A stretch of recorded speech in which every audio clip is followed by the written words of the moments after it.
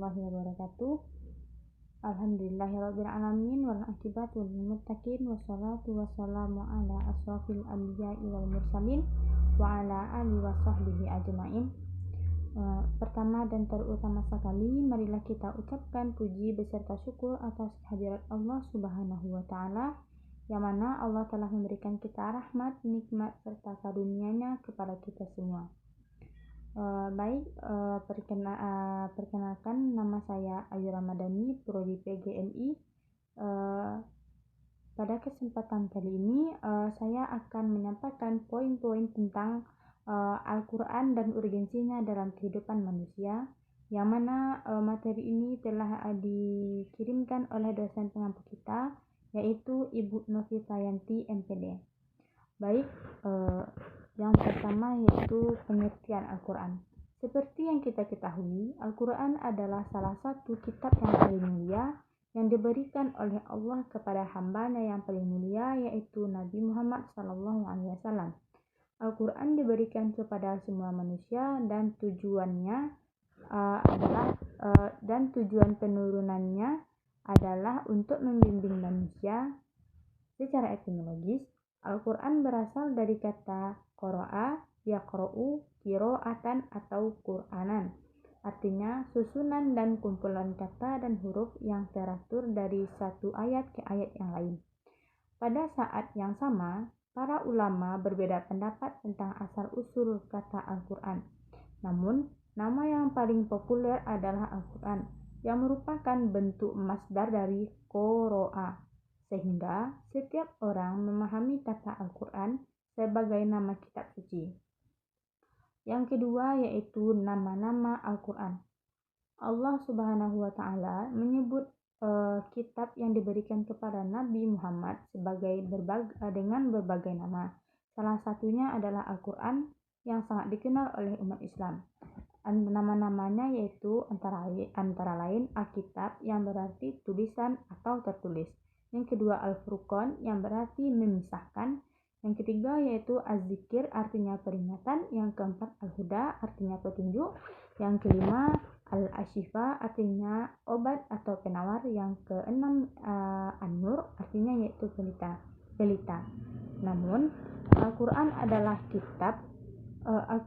dan Alkitab adalah nama yang paling populer dan terkenal. Muhammad Abdullah Daras mengatakan disebut Al-Quran karena dibacanya secara lisan dan Alkitab karena ditulis dengan pena. Kedua nama ini mengacu pada kenyataan bahwa wahyu disimpan dan ditulis dalam bentuk tulisan dan dilafalkan di dada manusia dalam bentuk ajaran menurut Nabi Muhammad SAW hingga saat ini. Jika Al-Quran disampaikan di bawah penjagaan ganda, itu berarti bahwa disimpan dan dalam benteng yang kokoh dan tidak akan rusak atau berubah, karena Allah berjanji akan memeliharanya sampai hari kiamat. Bagaimana begitu? Karena supaya Al-Quran itu tidak dapat diubah-ubah atau dicampur tangani oleh manusia yang akan mengacak-ngacaknya.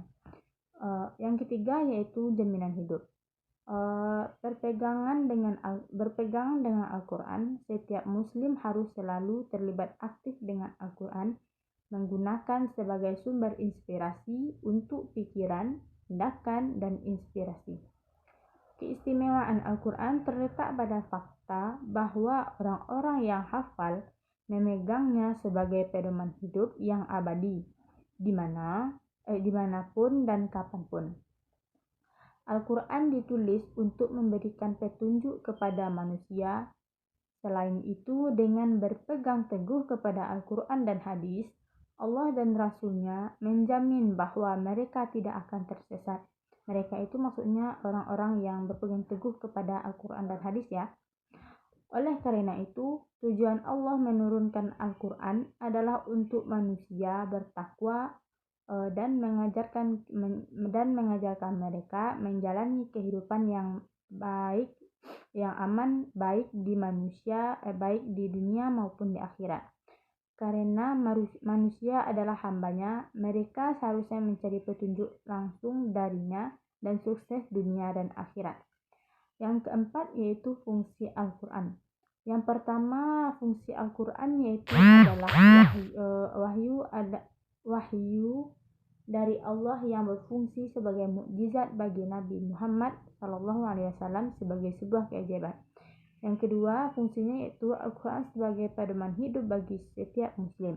Yang ketiga, Al-Quran adalah korektornya. Yang keempat, Al-Quran adalah wali kitab sebelumnya. Yang kelima, ada keputusan atas sengketa manusia. Jadi itulah poin-poin yang dari Al-Quran dan urgensinya dalam kehidupan manusia. Salah dan janggalnya saya mohon maaf. Billahi taufik wal hidayah wal inayah. Wassalamualaikum warahmatullahi wabarakatuh.